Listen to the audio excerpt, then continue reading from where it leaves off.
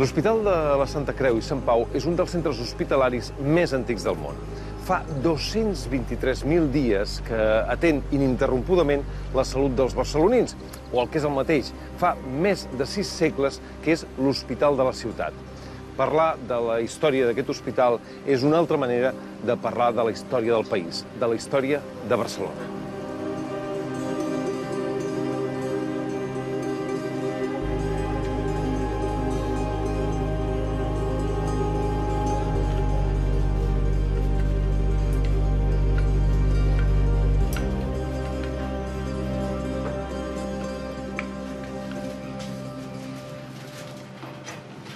Uau!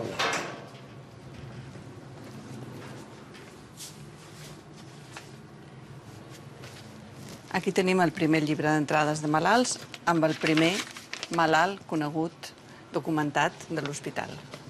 Es deia Diego Genest, home de 40 anys, pescador, que ve malalt de cames el mes de febrer de l'any 1457.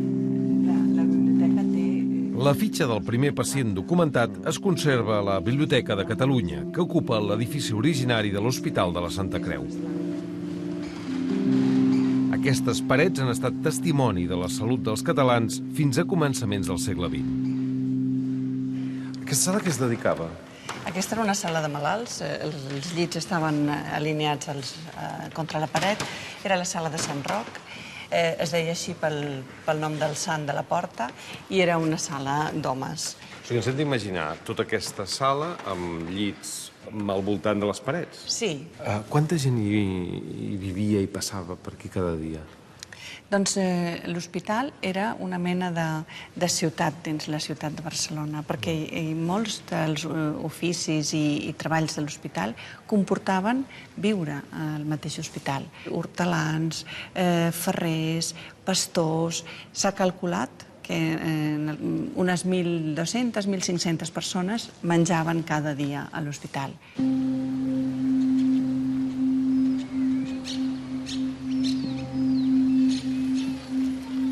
La primera pedra d'aquest emblema del gòtic català es posa el 1401, quan les elits civils i eclesiàstiques decideixen unificar 6 petits hospitals de beneficència en un de gran i més ben dotat de recursos. L'hospital neix per donar resposta a les necessitats dels més desfavorits i des del començament acull pobres, malalts mentals i nens orfes de tot Catalunya.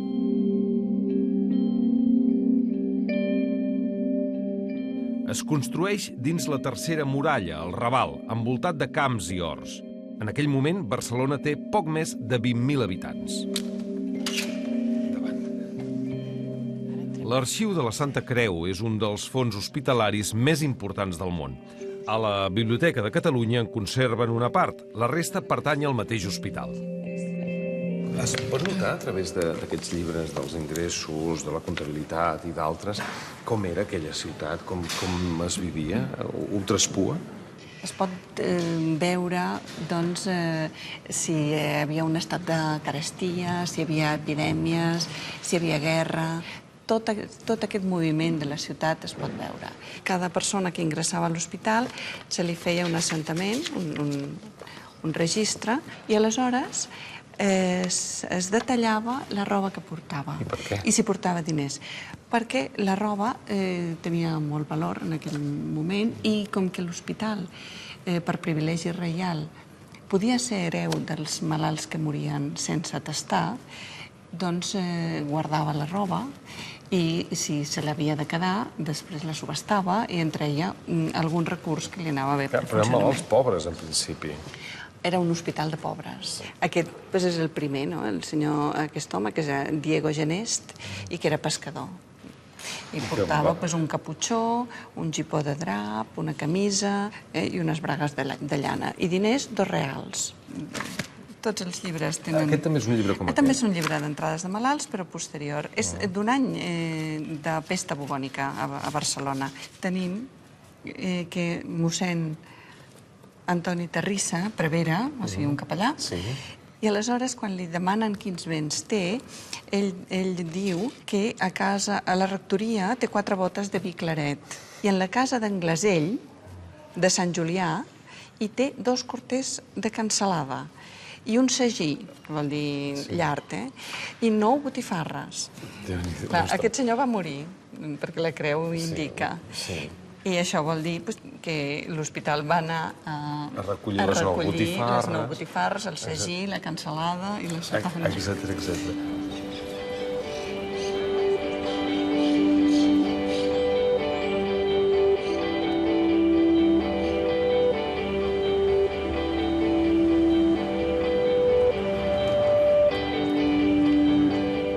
L'arxiu de l'hospital és un retrat de la pobresa i la fitxa del primer pacient, en Diego Genest, és una mostra de la moda low cost de l'època. La roba era per abrigar, procurant no fer-la malbé perquè havia de passar els fills. Probablement una mateixa roba servia per mare i filla o una capa podia servir per la família. Qui havia de sortir al carrer, doncs agafava la capa. Per pura necessitat, molta gent anava mig en pilotes, perquè no tenien calces, no tenien... i es tapaven com podien. I la misèria era misèria. Eren polls, eren... ja ho veus aquí, quan et descriuen el vestuari dels malalts de l'hospital, t'estan descrivint coses tristíssimes. Això és la fitxa del primer malalt. I porta un gipó de drap. El gipó és la mare de totes les peces de cos. Seria com la camisa. Si veus aquí, en aquest llibre sobre la moda de Velázquez... Això és una mica posterior. Sí, és el 1618, o sigui, 200 anys posterior. Aquesta dona porta un gipó, és la peça de dalt. Què més duia aquest bon home? Camisa e paños, posa roba interior. Això és la roba interior. La roba interior era un panyo que s'enrotllava aquí als ronyons, i que la peça que quedava la passaven per l'entrecuix, diguéssim. Per l'entrecuix, i se la passava per l'entrecuix i se l'ajustaven aquí, de manera que quan havien de fer menors, doncs es treien això i ho feien. Al Diego jo li posaria un caputxó així de pell, perquè, bueno, també tenim aquest, per exemple. Vols riure, que me'l posaré? Això seria un caputxó, Això són camises. Això són camises. És un patronatge. Això és una camisa que la pots posar des del segle XII fins al segle XV. O sigui, 300 anys el mateix tipus de roba. I els pagesos de Polònia encara la porten.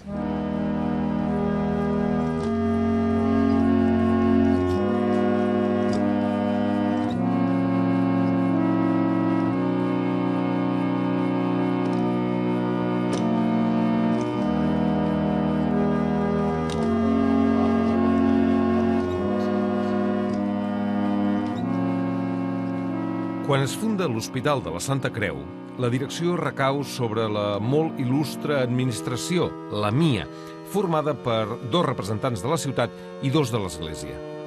6 segles després, la MIA continua dirigint l'hospital i la seva estructura es manté gairebé intacta. En mossèn Forcada és un dels representants de l'Església.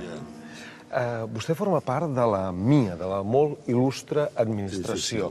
És una de les institucions més antigues de Catalunya. Del 1401. Caram! O sigui que és bastant antiga. Abans estava constituïda per 2 homes bons de la ciutat i 2 canonges. O sigui, durant molt de temps van ser 2 representants de l'Església i 2 representants, diguéssim, de l'Ajuntament o del Consell de Cent, depèn del moment. A partir del 1990 es va integrar a la MIA 2 representants de la Generalitat. O sigui, ara són 6, vostès. Ara som 6, sí. I hi ha una cosa molt curiosa, que no sé si ha canviat amb els anys, que és que els acords s'han de prendre o es prenen per unanimitat. Total.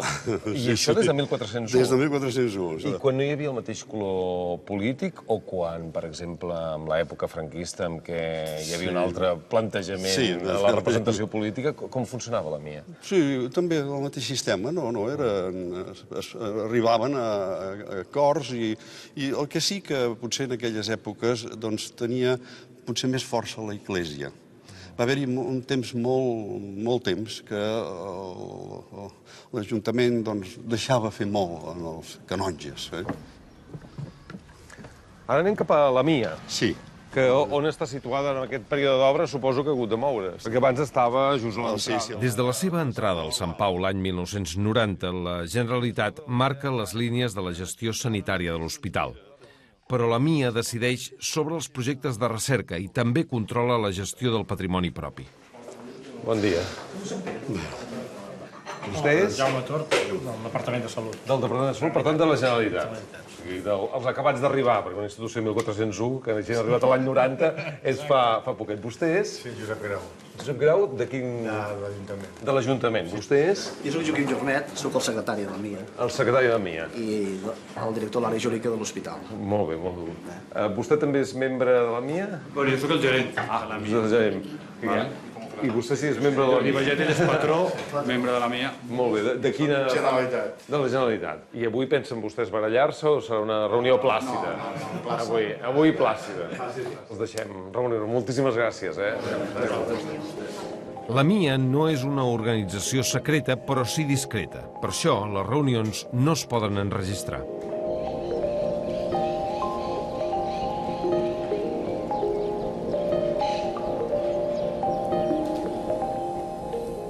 Et dius? Gemma, Sí, dels cognoms. Hivern Morató. Morató? Morató, sí. Saps com funciona això de la donació de llet? T'han parlat? Més o menys. Aquesta llet exactament va a nens prematurs o on va parar la llet. Aquí ho tens Però especificat. suposo que en principi primer és la llet de la mare, d'aquests Sí, el que passa és que com que aquests prematurs a vegades són de baix pes, no tenen el reflexe de succió desenvolupat, pot ser que no estimulin la lactància materna prou i mentre estan ingressats a vegades es necessita aquest aport de la llet de banc de llet.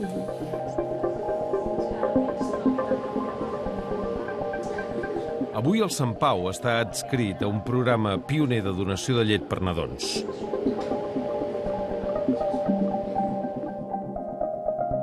Des dels orígens, l'hospital es fa càrrec de tots els nens abandonats a Catalunya i, per tant, aconseguir llet materna és una prioritat màxima.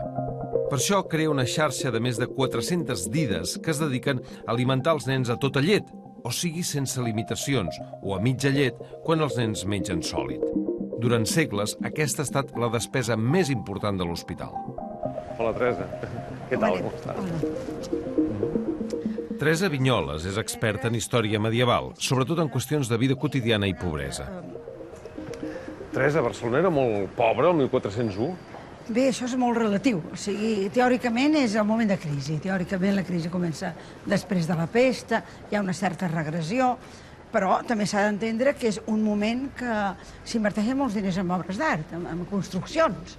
O sigui, s'està acabant de construir una catedral, s'està acabant de construir Santa Maria del Mar, s'estan fent retaules. Què passa? Com sempre que hi ha crisi, que hi ha uns quants que amb la crisi s'enriqueixen, hi ha uns quants que abans no estaven en el límit de la pobresa i cauen en el límit de la pobresa. Això pràcticament és el que està passant. Em sona, Et sona, no? Segle XXI, no segle XV, Et sona, doncs és això. el que passa.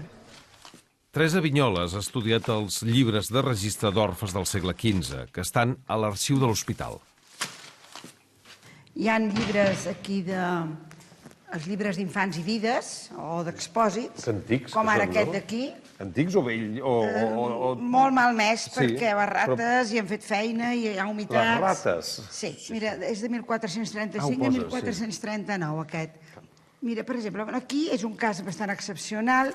Aquí veiem que hi ha una medalleta i realment és impressionant, no?, perquè ho portava una criatura del segle XV. I molts portaven un paperet escrit per l'entorn familiar que ha deixat a la criatura, Aquesta infanta... és nada, avui que és dijous, vespre de Sant Honorat. I no és cristiana. Voleu que hi hagi nom Margarida, que porta a la cama dreta, a prop lo peu, una tireta de cuir Això a la portava a la cameta. cama dreta. És impressionant veure que la criatura aquesta del segle XV portava a la cameta lligat això, Caram, que és un cordó de sabata. caram, una Veieu? criatura El ferret. acabada de néixer. El ferret. Que trist, no?, també, això. I això era una marca que posaven els pares per si els anaven a recollir. El que passa que, malauradament, molts no els van a recollir. Aquest també és molt bonic, és un nen que portava un collar i en l'albarà li deien que li posessin Tristany, un nom molt literari, no molt... I li posen Tristany del collar. perquè portava aquest collar. Va morir molt petitet, com moltes d'aquestes criatures, es moren molt petites. Molts morien, malgrat aquestes cures que hi tenia l'hospital, no sobrevivien. Pocs, hi ha un 75% de mortalitat. 75%, o sigui, 3 de cada 4 nens que arribaven... Morien. Jo recordo quan investigava que cada vegada anàvem veient les criatures i cada vegada dèiem, avui se'ns han mort tots, per exemple, no? I sortíem d'aquí, doncs, com mig deprimides. No m'estranya. La companya i jo que estàvem buidant aquests documents. No m'estranya, no? Quant de temps estaven els nens a l'hospital? A l'hospital poc, perquè quan ja es pot valdre una mica per ell mateix, aquella criatura és posada a treballar o a servir. Un 90% de les nenes van a servir i el 95% dels nens van a aprendre un ofici.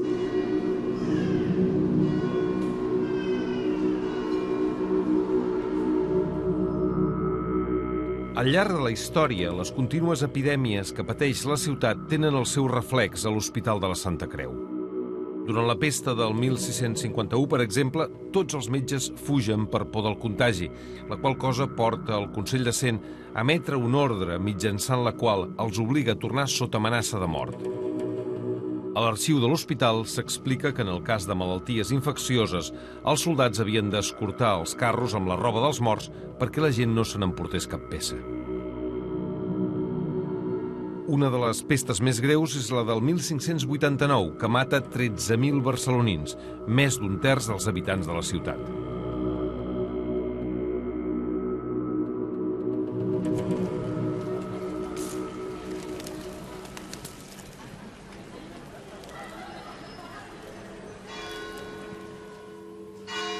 Les places que envolten l'església de Santa Maria del Pi van formar fins al segle XIX un dels cementiris més importants de Barcelona. Al registre d'enterraments segurament hi ha rastres d'aquella gran epidèmia. Tenim 2 llibres de l'any 1589. Sí. Home, senyal que es va morir molta gent, no? Potser sí, potser sí. Que bonics, no? És normal que hi hagin un llibre i mig, 2 llibres per un any, en un any com aquest a finals del segle XVI? Jo crec que realment hi va haver molts enterraments, perquè no seria tan normal. La gent que estava a l'Hospital de la Santa Creu venia a parar sovint aquí al Pi per enterrar-se, si moria? L'hospital pertanyia a la jurisdicció del Pi, no? Per tant, doncs, molta gent venia a enterrar-se aquí, clar. Molta gent dels feligresos de la parròquia, tots eren enterrats o al Fossar de la plaça del Pi, era un, o a la plaça de Sant Josep Oriol, que era el Fossar gran. I com s'enterraven, per exemple, en aquesta època, que els embolicaven un llençol, els posaven un taüt? Si morien d'alguna cosa infecciosa, evidentment els embolicaven amb un sudari, tot l'altre intentaven, doncs, cremar-ho o... Clar, no els enterraven amb els vestits ni amb res, vull dir. I sovint els enterraven en una fossa comuna i tiraven calç a damunt per evitar, doncs, les infeccions. Hi ha un fet molt, molt, molt curiós i que té molta relació amb una gran pesta que hi va haver l'any 1651. Llibre de determinacions de la Reverent Comunitat del Pi, començat el 1 de gener de l'any 1631. Com per misericòrdia de Déu, no obstant, lo mal estava tan arraigat. O sigui, que era molt important aquesta pesta. I que la gent estava morint. Lo mal era tan arraigat, ningú de tots els capellans que servien l'església no s'eren encontrats, o sigui, no es van posar malalts. O sigui, un miracle. Va ser pràcticament un miracle. El Manco ells ho van considerar així, perquè ells continuen dient que en obsequi i agraïment del fet aquest, resaran cada dia una antífona. L'antífona Stella Cheli, que ja a l'època era considerada que tenia virtuts curatives. Devia funcionar la mar de bé. Bueno, d'entrada no es van posar malalts ningú. Ells ho tenien clar. Caldrà memoritzar l'antífona, aleshores. Ah, exacte.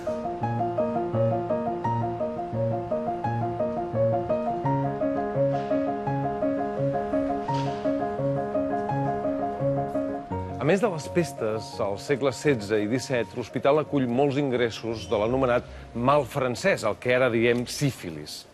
El segle XIX és el segle del còlera. No és d'estranyar que passés tot això, perquè Barcelona era la ciutat més densa d'Europa i aleshores les epidèmies es propagaven amb moltíssima facilitat. Respecte al còlera hi ha una anècdota curiosa, que de fet és una llegenda urbana. Resulta que el 1889 Buffalo Bill i la seva trup del Vell Oest van venir a actuar a Barcelona, això és cert, i, segons diu aquesta llegenda, 2 dels indis que l'acompanyaven van contraure el còlera i van morir a l'hospital. Doncs bé, els arxius de l'hospital ho diuen molt clar. És cert que 2 indis es van posar malalts, però va ser de verola i, en tot cas, van sortir sants i estalvis després d'una estada a l'hospital. Per cert, a la fitxa de l'hospital posa amb aquests malalts de professió indi.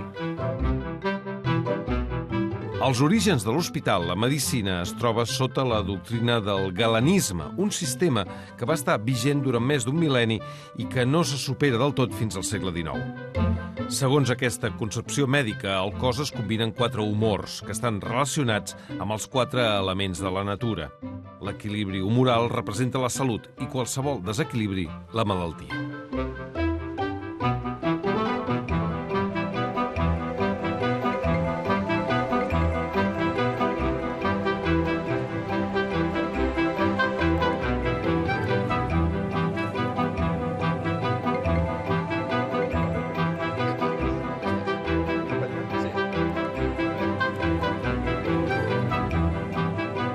Els malalts de la Santa Creu rebien la millor medicina galènica disponible, gràcies al fet que els metges de les classes benestants també treballaven de franc a l'hospital com a obra caritativa. De fet, els metges no comencen a cobrar fins a finals dels anys 60. Un malalt que arribés a mitjans del segle XV a l'Hospital de la Santa Creu, què podia trobar? Quin ajut podia trobar? Bueno, com que en realitat si arribava a l'hospital era ja o que era pobre, o que era foraster, o que alguna cosa molt desgraciada li havia passat. Clar, què podia esperar aquella gent? Sobretot un règim de menjar i beure que probablement no tenien fora. I això ja era molt. Això moltes vegades ajudava, en certa manera, a curava simplement per menjar i descansar bé. Això, almenys menjar i beure sí que en tenien, cosa que quan estaven fora i encara que estigueren sants, no sempre la tenien assegurada. Superava la gent? El tipus d'operació que es feia tenia prous garanties? El problema era que mètodes d'anestèsia no n'hi havia, i per tant hi havia coses que no es podien fer ja i que se tenia que donar per perduda aquella persona, perquè en realitat la frontera del dolor era molt forta. I l'altra gran frontera era la infecció. En el moment en què la ferida era oberta o que era en una cavitat que implicava òrgans interns, era completament impossible evitar la infecció. Això no es solventa d'una manera real i eficaç fins a mitjans del segle XIX. Sí, sí. Això ja existia, el primitiu hospital del segle XV, una sala de dissecció on els estudiants de medicina treballaven sobre els cadàvers? En el moment en què hi ha estudiants de medicina i facultat de medicina, que estem ja a meitat del segle XVI, immediatament es fan disseccions anatòmiques i s'estipula que el catedràtic d'anatomia ha de fer un tot, en aquest moment 10 o 12 disseccions. On es feia exactament? Es feia en allò que s'anomenava el corralet, que era el cementiri de l'hospital. Clar, ben aviat la font de subministrament més normal de cadàvers són els pobres malalts. Perquè la gent que mor allí moltes vegades són forasters o gent pobre que no es pot pagar tampoc grans exèquies fúnebres, no? I la gent de Barcelona en aquell moment no s'hi oposava al fet que manipulessin els cadàvers d'aquesta manera? No, pensa que l'anatomia, aquesta és una idea, en realitat un tipus de llegenda que ens ha mantingut sobre l'oposició de la gent o l'oposició de l'Església. Al contrari, o sigui, realment l'única cultura que ha practicat la dissecció anatòmica d'una manera realment molt extensa ha sigut la cultura cristiana. Això passava tant en l'Europa catòlica com en l'Europa protestante. Una ciutat amb un bon teatre anatòmic, allò era una cosa de prestigi per a la ciutat.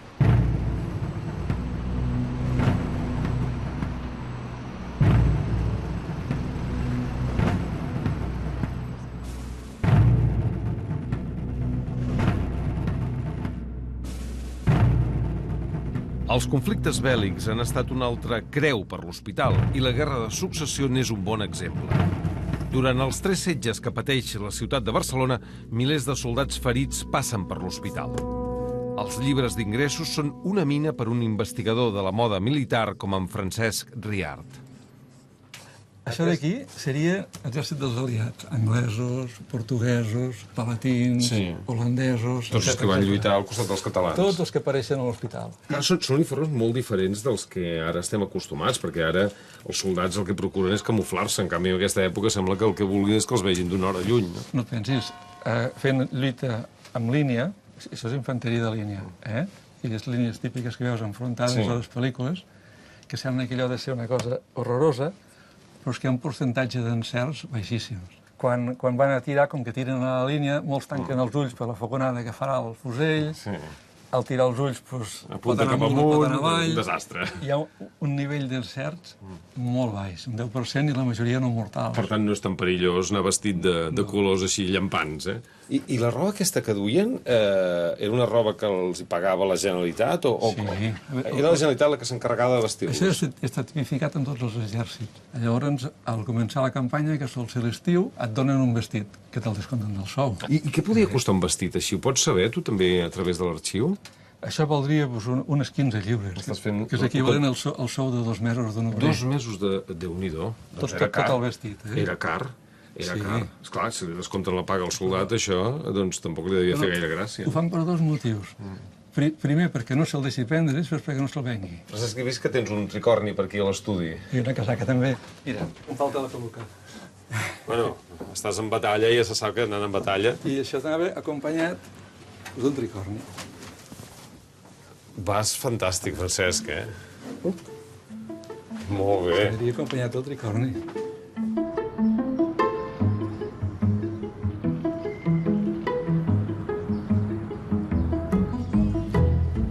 La muntanya de Montjuïc és un dels escenaris importants de la Guerra de Successió, sobretot els setges del 1705 i el 1706.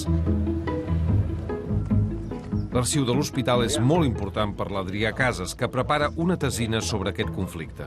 Clar, des d'aquí es controla perfectament la ciutat. Era tota aquella zona d'allà, no? Exacte, es veu la catedral, es veu l'església del pis, el centre històric.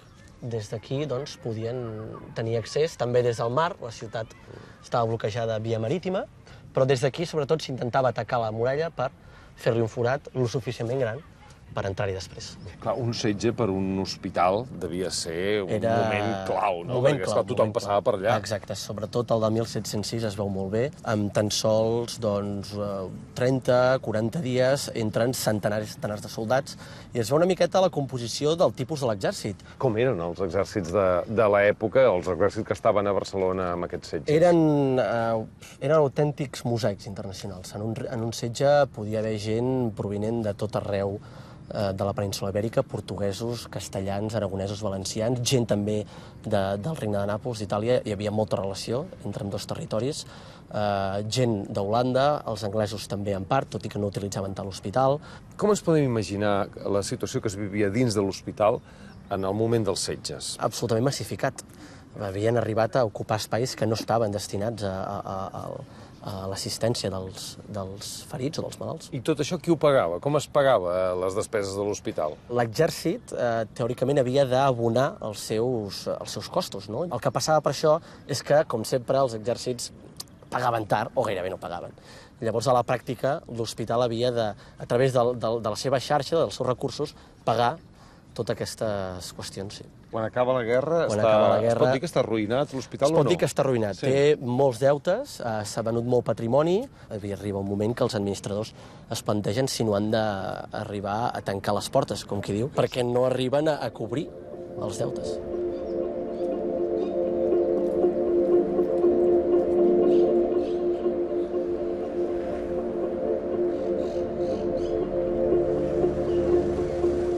La reflexió que faig és que, mica en mica, ens ho van colant. O sigui, la gent està molt preocupada per l'ERO, però que les retallades a la sanitat pública van esglaonades, van augmentant. Bueno, nosaltres, jo en el departament que estic desbordades de feina, el personal eventual ja no hi és, ja no agafen pràcticament res, nosaltres mateixos. Aleshores, a veure, demà hi ha una convocatòria a la Conselleria de Sanitat a les 5:30.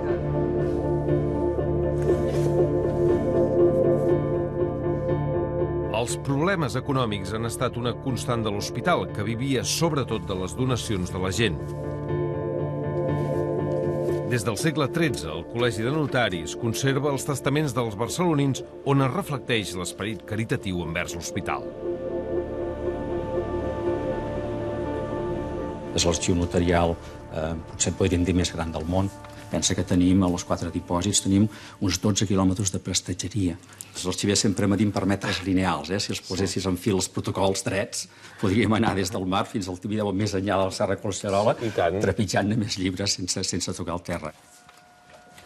Mira, aquest m'he preparat un de primer del segle XV, és el moment que es funda l'hospital, per tant, és de pocs anys després de la fundació de l'hospital. El notari és el Bernat Pi, que és un notari que estava, en certa manera, especialitzat en la gent de mar, aquí a l'esquerra. Vam agafar aquest document una mica a l'atzar, que estés més o menys en bones condicions.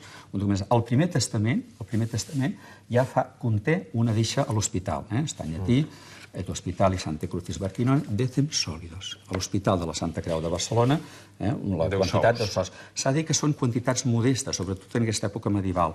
Però aquest mateix fet de que siguin quantitats modestes ja ens revela que era un tema, una qüestió, això d'aquests llegats a l'hospital, que estava molt inserida dins el col·lectiu social que la gent no tenia molt. La gent més pobra, diguéssim, o que tenia pocs diners, alguna cosa d'això. 10 sous era mitja lliure, que no era una gran cosa. Exacte, 10 sous era mitja lliure. Pensa, per exemple, que un obrer, un manobre, podia cobrar al mes 3-4 lliures. Un advocat en podia cobrar 5 o 6. I això es manté tant al segle XV com en segles posteriors. Aquí en tenim un altre que conté llegats de tipus patrimonial. Aquest és de 1901. Mira, si el vols llegir tu mateix, la clàusula està aquí. Aquí. Lego al Hospital de la Santa Cruz de esta ciudad y a la Casa de Caridad de la misma. Primero, la casa que posee en esta ciudad de Barcelona, calle de la Boria, senyalada de número 23, que forma esquina a la de Mercaders. O sigui, això són patrimoni directament dos edificis, diguéssim. I tant. Eren rentes que percebien amb assiduïtat i amb freqüència, que, evidentment, d'això vivien, com moltes institucions d'aquest tipus. Gràcies a les contínues deixes, l'hospital es converteix en un dels màxims propietaris immobiliaris de la ciutat. En Jordi Bachs gestiona el patrimoni de l'hospital i coneix millor que ningú l'estat de les donacions en l'actualitat.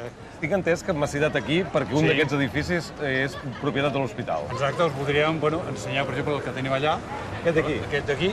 Aquest que està tapat? És tot el mateix? És tot el mateix, i aquest és propietat de la Fundació Privada de l'Hospital de la Santa Creu i Sant Pau. Tot l'edifici. Això va ser un llegat, una deixa testamentària. Això va ser un llegat que crec que va ser de principis del segle, més o menys cap allà als 1920. I bé, ara estem en procés de reforma per tal de posar-lo en valor i que serveixi per les finalitats pel qual ens el van deixar, no?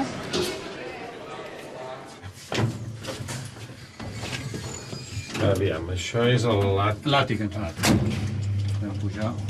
Benvolguts com a propietaris, veig que aquí esteu vosaltres situats, la fundació privada, les obres de rehabilitació dels balcons, la façana... Clar, això, vosaltres sou els propietaris de l'escala. Això no es coneix que Sant Pau sigui una immobiliària també, encara que d'esquitllada, no? Per fort. Gràcies.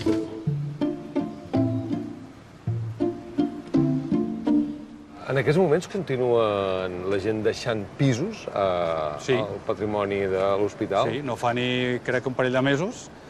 Vam tenir al notari, ens en van deixar una a nosaltres i una al clínic. Una mateixa herència.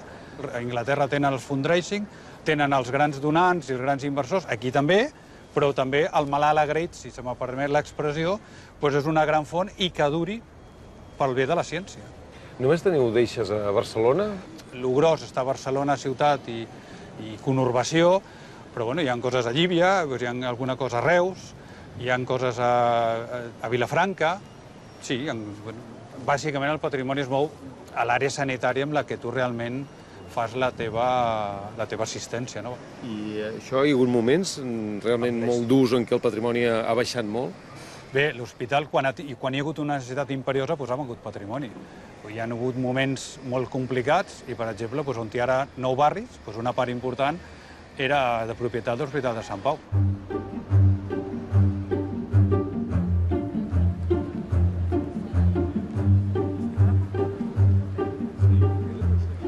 Amb la generositat dels barcelonins i els catalans, l'hospital no en tenia prou per afrontar totes les despeses. Per això les autoritats li van concedir nombrosos privilegis per tal d'incrementar els ingressos. Per exemple, un d'aquests privilegis era la creació d'un cos de baciners que anaven per tot el territori captant almoina. I com ho feien? Es feien acompanyar de nens orfes o de malalts mentals per tal d'impactar més la gent. Però potser el privilegi més curiós és el que va concedir el 1587 Felip II a l'hospital. Li va concedir el monopoli de fer comèdies a Barcelona. O sigui, només es podia representar teatre amb un teatre de l'hospital, el Teatre de la Santa Creu, que després anomenarien Teatre Principal.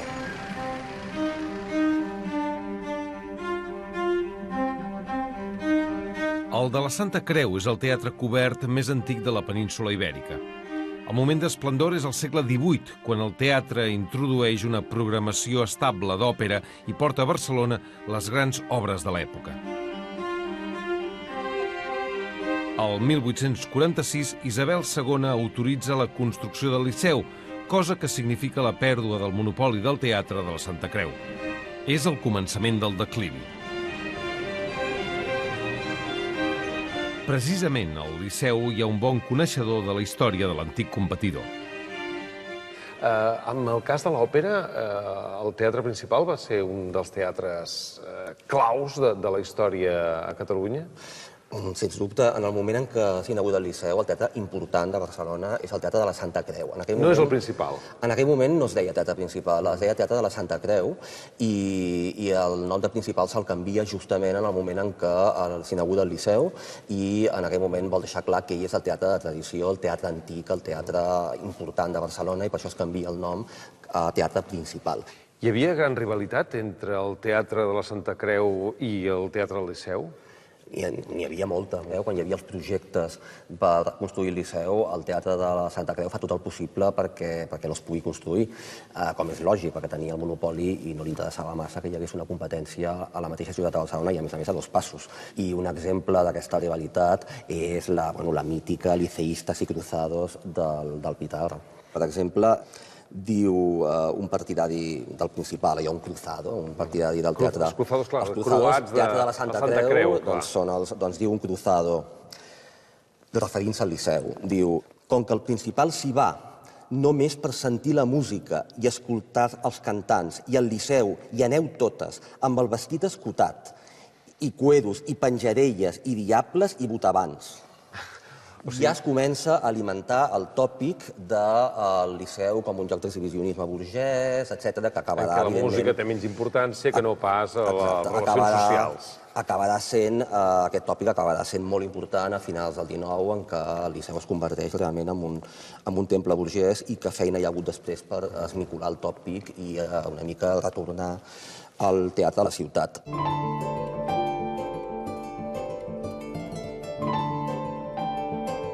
Mentre el Liceu i el Principal es barallen, l'hospital viu asfixiat.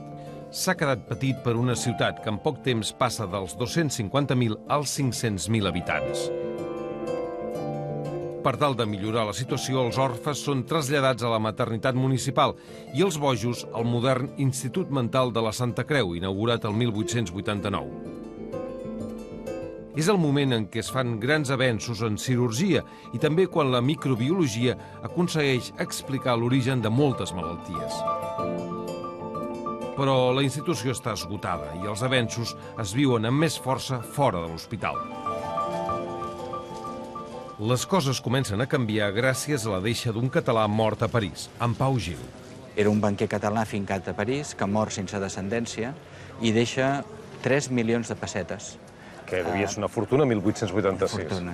I deixa per escrit que vol que es construeixi un hospital a Barcelona. Però vol en unes condicions molt estranyes. Que vol que es construeixi com l'Hotel Die, com l'Hospital Hotel Die de París. Un hospital modern, un hospital pavellonari, en el qual no està tothom atapeït, en el qual apareixen ja un pavelló de quiròfans, apareix una sèrie de pavellons complementaris, i que els malalts podran sanar amb uns jardins que realment respirin, no com aquest, que és un jardí... Un pati, pràcticament. Era un jardí molt atapeït, no?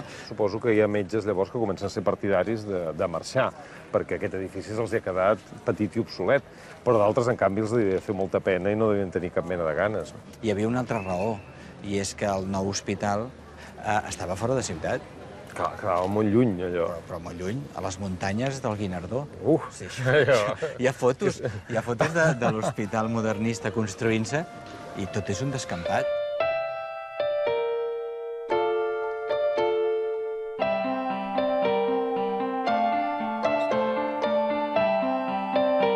Quan hem sortit de l'Hospital de la Santa Creu, situat al barri del Raval de Barcelona, i pugem cap al Guinardó, la sensació que donen aquests carrers és molt diferent. Suposo que aquesta mateixa sensació es devia tenir en aquell moment. La ciutat s'estava obrint. És una ciutat que ja respira i, home, estem parlant de que apareixen 11 hectàrees, l'equivalent a 9 illes de l'Eixample de Barcelona. Per tant, això sí que és un respir quan es ve del Raval i es ve d'una circumstància molt, molt important. Per exigència d'en Pau Gil, el nou hospital incorpora el seu nom i passa a dir-se Hospital de la Santa Creu i Sant Pau. Aquest d'aquí és en Pau Gil. Sí, aquest és el bust que es va posar a la porta de l'hospital de la magnífica nova instal·lació de l'hospital del segle XX. O sigui que estem davant d'una fundació que va tenir una instal·lació gòtica, una instal·lació del segle XX i va donar uns rendiments científics, acadèmics, assistencials de primera categoria durant tot el segle XX. El projecte del nou hospital recau sobre l'arquitecte Lluís Domènech i Muntaner, que viatja per tot el món per tal de conèixer els centres sanitaris més moderns. Finalment, projecta 48 pavellons d'estil modernista i per la seva construcció compta amb un gran equip d'arquitectes, artistes i artesans. Quan el 1930 el seu fill Pere acaba el projecte, que es queden 27 pavellons, l'hospital es converteix en l'obra modernista més gran del món.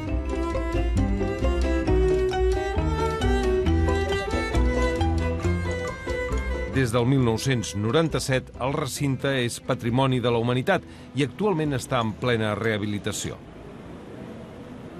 Doncs en aquest moment estem daurant, amb pador, la superfície d'aquest sol de ferro que corona la punta de la part més alta de l'Hospital de Sant Pau. Una fulla d'aquestes és cara, aproximadament €1 i pico. Els restauradors, quan ens toca un edifici modernista, pots gaudir molt perquè et toquen elements que són molt rics, no? És una poesia, no sé, està molt treballat.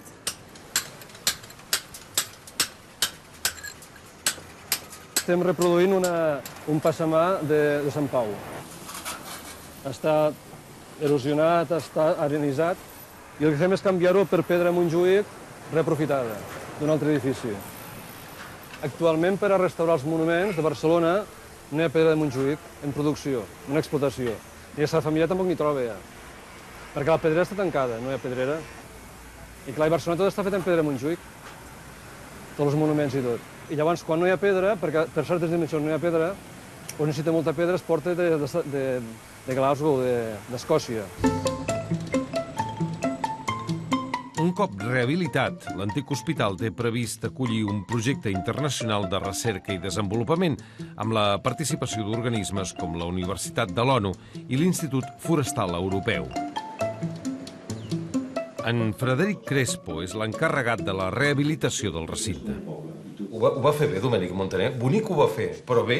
Home, ho va fer com en el moment s'estava pensant que era la millor solució per construir un hospital. És a dir, la creença, diguem-ne, que els hospitals i la salut anaven directament vinculades a una gran ventilació, a un bon assolejament i a poder gaudir, diguem-ne, de passejos en els jardins. Això ho va fer molt bé, llavors. Això ho va fer molt bé, ho va fer perfecte. De fet, ell orienta els edificis nord-sud totalment, és a dir, aquesta orientació dins de l'Eixample a 45 graus és per buscar perfectament... Això diuen, no sé si és veritat o no, l'anècdota aquesta que diuen que era perquè estava emprenyat amb el Cerdà i que no li agradava gens i per això va girar. Aquesta és una teoria, però hi ha la teoria, evidentment, també de que això afavoria, diguem-ne, la ventilació, sobretot creuada, dels edificis. Quan t'has posat a treballar amb l'obra, te n'has adonat que hi ha alguns elements que el Domènech Muntaner va ser realment espectacular amb la seva feina? Els propis edificis tenen conduccions de ventilació en el seu interior de les parets i amb uns conductes en el soterrani per relligar-ho tot. Això és el que més m'ha sorprès, perquè veritablement és un sistema que avui en dia és el que s'està implantant, un gran sistema innovador. És evident que no és tan innovador si ja en el segle XIX s'estava utilitzant. Per mi ha sigut la gran sorpresa, més enllà del que significa el modernisme, que ja és una gran sorpresa de per si.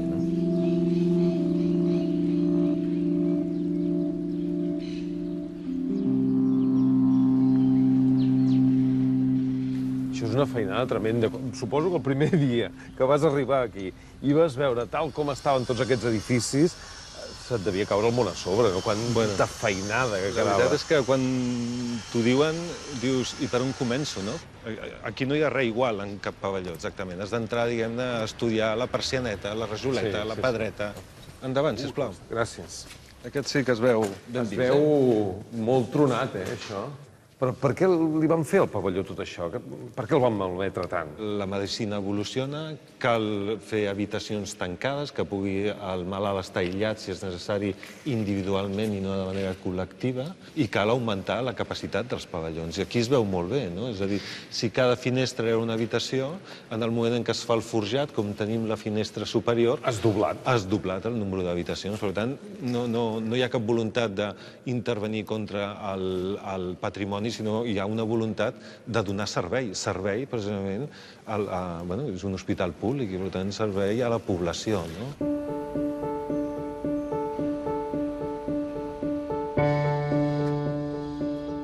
El 1906, poc després de començar les obres del recinte modernista, s'inaugura l'Hospital Clínic.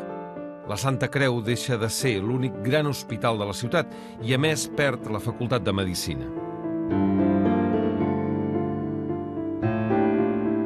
Tot i així, a l'hospital s'organitzen cursos d'especialització no reglats que ajuden a formar algunes de les grans escoles mèdiques, com la dels doctors Freixes, Gallard, Corachan, Trueta o Barraquer. El 1916 comença el trasllat de metges i pacients cap al nou edifici, però no és fins al 1930 que l'antic hospital gòtic pot tancar les portes, després de 5 segles d'història.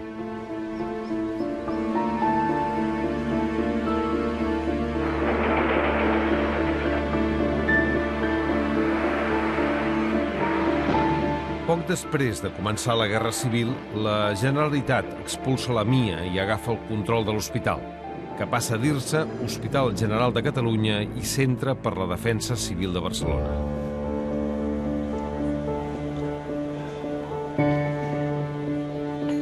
Carmen Pérez Aguado és anestesista al Sant Pau i ha fet diverses investigacions sobre l'hospital durant la Guerra Civil.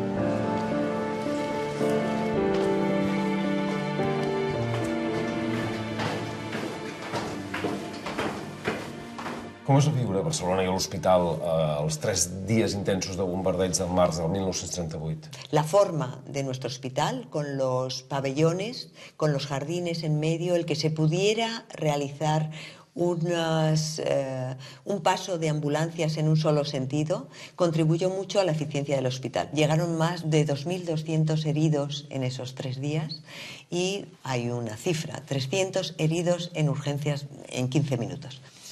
Prácticamente no había espacio para colocar a los heridos, se colocaban en los pasillos, se colocaban en cualquier sitio. També es va passar gana a l'hospital? En Barcelona, como en toda España, hay más hambre en los años posteriores de la guerra. Y hay una nota muy curiosa en que el director del hospital, el doctor Esquerdo, pide que los conejos que se utilizan en el laboratorio de bacteriología, si sobran, por favor que se envíen a las cocinas, porque pueden ser útiles. Esto es curioso porque esto es en el año finales del 39. Just després de la guerra, què és el que passa a l'hospital? El hospital vuelve a sus antiguos dueños y la primera reunión de la MIA del 6 de febrero de 1939, la MIA pide al ejército de ocupación que nombre un juzgado depurador para que depure las responsabilidades que pudiera haber entre todos los trabajadores del hospital, incluidos los médicos. 7 fueron expulsados definitivamente del hospital y otro grupo de ellos fueron eliminados de puestos de dirección y confianza. Van ser els únics que van rebre represàlies després de la guerra? Bueno, van a ser los únicos porque otro grupo de médicos ya habían huido al exilio, ¿no? Como era el doctor Trueta, el doctor Tarrida, el doctor Bonifaci, el doctor Isser.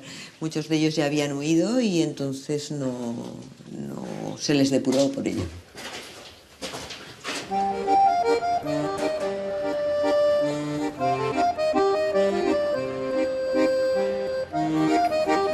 La por a les represàlies franquistes s'estén per l'hospital, fet que provoca la desaparició de les fitxes d'ingrés de tots els ferits de guerra.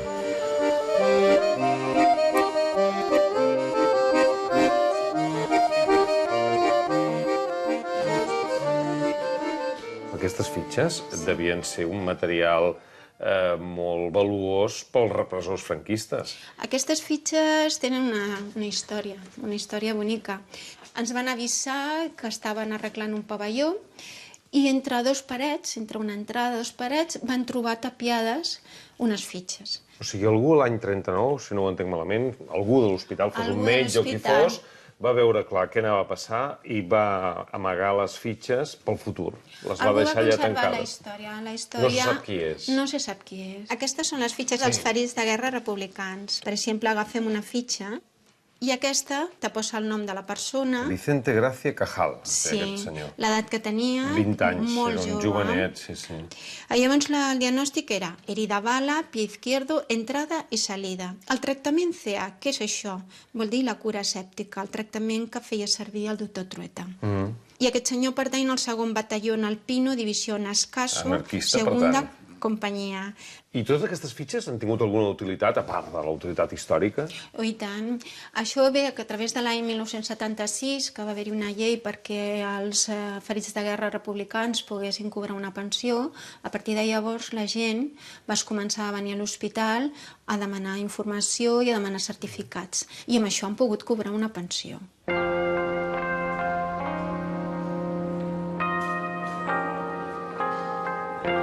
Durant la postguerra, l'hospital té dificultats econòmiques greus, fins al punt que es ven una part important del patrimoni.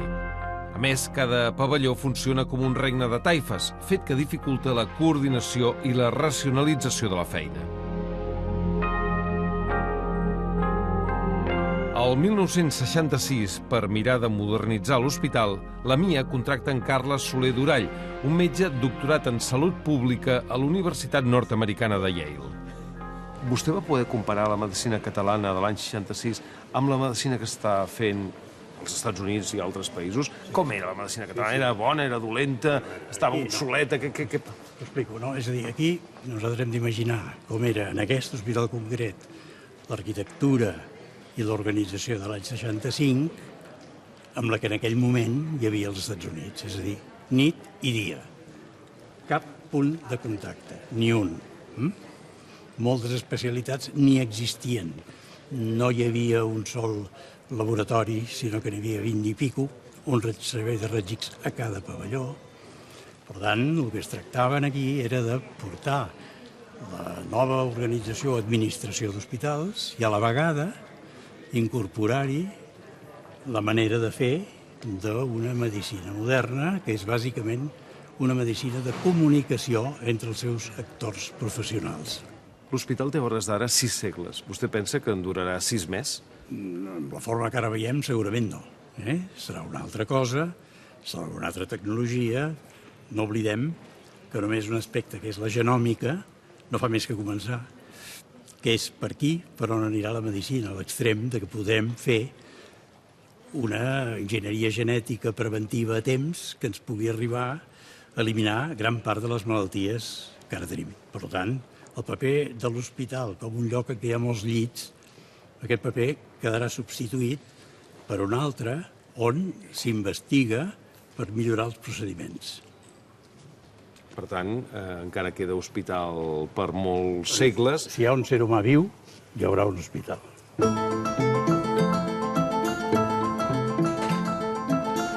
D'alguna manera, en Soler Durall és un dels pares del model hospitalari que coneixem ara. Bon dia. El model viu temps d'incertesa, però vist amb la perspectiva de 6 segles, segurament l'hospital trobarà la manera de continuar donant servei a la ciutat. Això són les recomanacions d'enfermeria perquè vostè sàpiga com cuidar. Els cuidados de la ferida, ¿vale? Està tot per escrit. I ja li has explicat a la meva senyora i com s'ha la dutxa, tot controlat. Moltes gràcies. Vinga, que vagi molt bé. Vagi molt una gran...